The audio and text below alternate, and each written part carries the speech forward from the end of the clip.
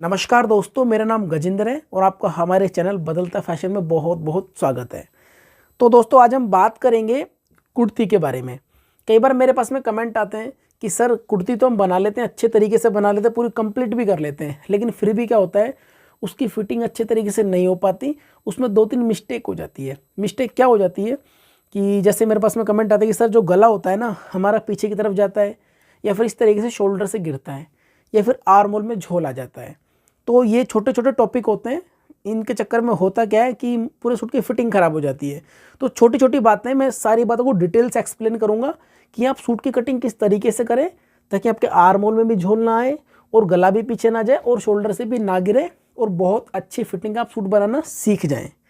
तो देखें दोस्तों, कुर्ती की कटिंग मैंने ऑलरेडी की हुई है। ये इसका फ्रंट है, सॉरी ये बैक है, और ये है इसका फ्रंट। ठीक है, जैसे हम कुर्ती की कटिंग करते हैं ना सिंपल तरीके से, आपको ऐसे ही करनी है। बस इसमें 2 से 3 चेंज करने हैं। चेंज क्या करने हैं ये आप ज़रा ध्यान से समझें। बात करते हैं पहली प्रॉब्लम की कि जो शोल्डर होता है ना हमारा, उससे गला ऐसे क्यों गिरता है। जैसे कि मैं आपको प्रैक्टिकली समझा देता हूँ। मेरे पास में देखें, ये कुर्ती है, ठीक है, समझ रहे हैं मेरी बात को। तो होता क्या है, पहनने के बाद में ये शोल्डर इस तरीके से गिरते हैं, यानी कि जो ये होता है ना कंधे होते हैं इस तरीके से उतरते हैं। ये क्यों उतरते हैं, इसका रीजन क्या होता है, छोटा सा रीजन होता है दोस्तों। बिगिनर्स क्या करते हैं, ये जो तीरे वाली कटिंग होती है ना, इसको बिल्कुल सीधा कट करते हैं। आपको बिल्कुल सीधा कट इसे नहीं करना। अगर सीधा कट नहीं करना तो फिर कैसे कट करना है, इसको आप ध्यान से समझें। ये देखें, आपको यहाँ तक निशान नज़र आ रहा होगा, ठीक है, इसके आगे निशान नहीं है। तो मैं यहाँ पर एक बार कट लगा देता हूँ ताकि आपको इजीली समझ में आ सके। तो देखिए, मैंने इस तरीके से डबल कर कर इसके सेंटर में कट लगा दिया। तो आपको क्या करना है, यहाँ तक तो बिल्कुल सीधे की कटिंग करनी है इसमें। उसके बाद में इसको हल्का सा 1/2 इंच डाउन में लेके जाना है। किस तरीके से लेके जाना है, ये बैक वाले पार्ट को मैं ऐसे कर देता हूँ, ये है इसका फ्रंट वाला पार्ट, ठीक है। अब आप ध्यान से देखें, अगर मैं इसकी सीधे की कटिंग करता ना तो ये कपड़ा यहाँ पे आ जाता इस तरीके से। ये देखिए यहाँ पे आ जाता है ये, ठीक है, आपको समझ में आ रहा होगा। ये कपड़ा इस तरीके से आ जाता।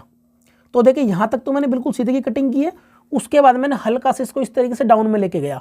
अगर मैं सीधा ले जाता ना तो ये बिल्कुल इस तरीके से हो जाता। तो आपको ऐसे कटिंग कभी नहीं करनी। जो हाफ आपका, यानी कि जो जितना भी तीरा आपने रखा है ना, उसके हाफ तक इस तरीके से आप कट लगा लें, और हाफ तक तो आपको बिल्कुल सीधे की कटिंग करनी है। उसके बाद में इसको 1/2 इंच इस तरीके से डाउन में लेके जाना है। जब आप इसको इस तरीके से डाउन में लेके जाओगे ना, होगा क्या, जो समस्या होती है ना शोल्डर की गिरने की, वो कभी भी नहीं होगी। मैं वापस से आपको एक बार इस तरीके से देखें, इस कुर्ती में प्रैक्टिकली बता देता हूँ। ये देखें इस तरीके से, ठीक है। अब देखिए, जब ये इस तरीके से डाउन में रहेगा ना तो होगा क्या, ये जो हमारा जो शोल्डर है ना गले से इस तरीके से चिपका रहेगा, ये इस तरीके से नहीं फैलेगा। तो इसलिए आपको इसको डाउन में रखना है। डाउन में रखोगे तो ये वाली प्रॉब्लम कभी भी नहीं होगी।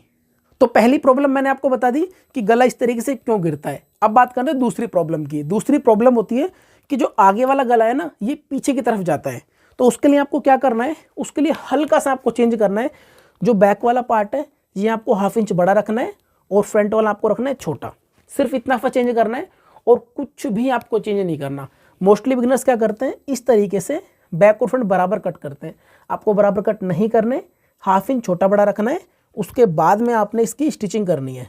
अब आपके दिमाग में एक डाउट आ रहा होगा, अगर हम इसको छोटा बड़ा कट करेंगे तो फिर सिलेंगे किस तरीके से।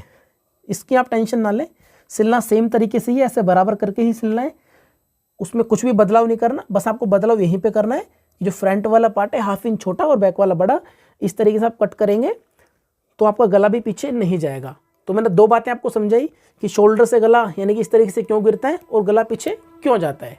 अब बात करते हैं दोस्तों कि यहाँ पर आर्म होल में झोल क्यों आता है और आर्म होल में फुग्गा क्यों बनता है। देखो, आप एक बात मेरी को ध्यान से समझें।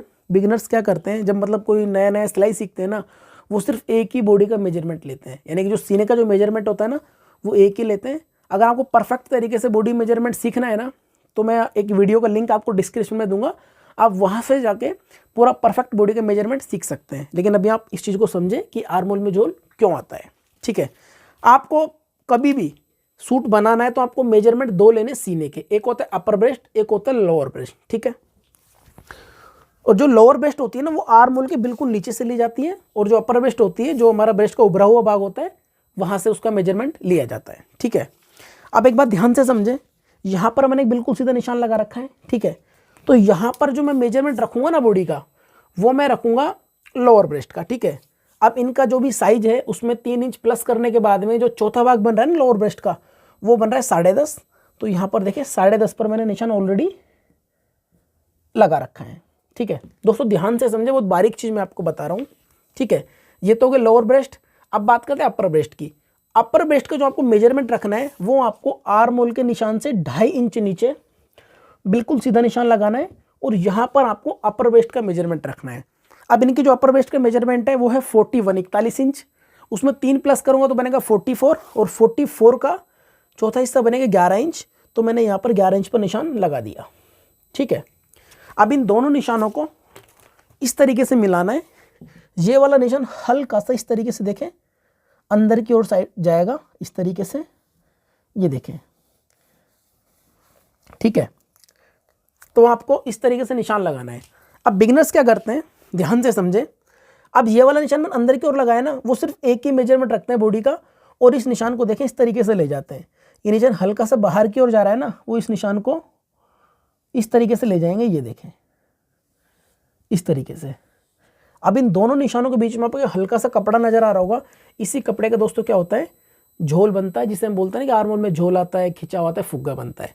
अगर आपको हमेशा परफेक्ट फिटिंग का सूट बनाना है तो आपको 2 मेजरमेंट लेने, अपर ब्रेस्ट और लोअर ब्रेस्ट, उसके अकॉर्डिंग आपको ये निशान लगाने। अगर आपको अपर ब्रेस्ट लोअर ब्रेस्ट के बारे में नहीं पता तो आप मुझे बताएं, मैं उसका लिंक डिस्क्रिप्शन में दे दूंगा और प्रॉपर वीडियो वहाँ से देख सकते हैं। तो 3 बातें मैंने आपको बताई कि गला इस तरीके से क्यों गिरता है, गला पीछे क्यों जाता है, आर्म होल में झोल क्यों आता है। अब चौथी बात ध्यान से समझे कि हम जो फिटिंग की सिलाई लगाते हैं ना, कभी भी आपको सिलाई इस तरीके से नहीं लगानी। जैसा मैंने निशान लगा रखा है ना, इस तरीके से निशान लगा रखा है। यहाँ से आपने अचानक से घुमा दिया, फिर इसको ऐसे घुमा दिया, ठीक है। पहले तो ये वाला जो निशान है ये गलत है, ये सिर्फ आपको समझाने के लिए लगाया। जो एक्चुअल फिटिंग का निशान है वो इसका ये वाला है, ठीक है। आपको सिलाई किस तरीके से लगानी फिटिंग की, इस तरीके से यहाँ पे लेके आए, इसको हल्का हल्का इस तरीके से घुमाए, इस तरीके से, ये देखें ऐसे हल्का हल्का घुमाना है आपको। उसके बाद में इसको यहाँ से इस तरीके से हल्का सा घुमाना है, इस तरीके से, ये देखें इस तरीके से। आपको यहाँ पे चोंच नहीं बनानी, कभी इसको अचानक से ऐसे घुमा दें। अगर आप ऐसे घुमा दोगे तो होगा क्या, सूट की प्रॉपर फिटिंग नहीं बन पाएगी। तो दोस्तों आज छोटा सा वीडियो था, मैंने 3 टॉपिक आपको बताए, और मैं उम्मीद करता हूँ आपको वीडियो बहुत अच्छा लगा होगा। आप एक बार इस मेथड से कुर्ती कटिंग कर देखें, उसको बना कर देखें, फिर मुझे बताओ उसकी फ़िटिंग किस तरीके से बनती है। मैं उम्मीद करता हूँ उसकी फ़िटिंग बहुत प्रॉपर बनेगी और बहुत अच्छा आपका सूट बनेगा। अगर वीडियो पसंद आती है लाइक करें, कुछ डाउट है तो कमेंट करें, चैनल पर पहली बार है तो चैनल को सब्सक्राइब करें। मैं इस तरह की वीडियो बनाता रहता हूँ।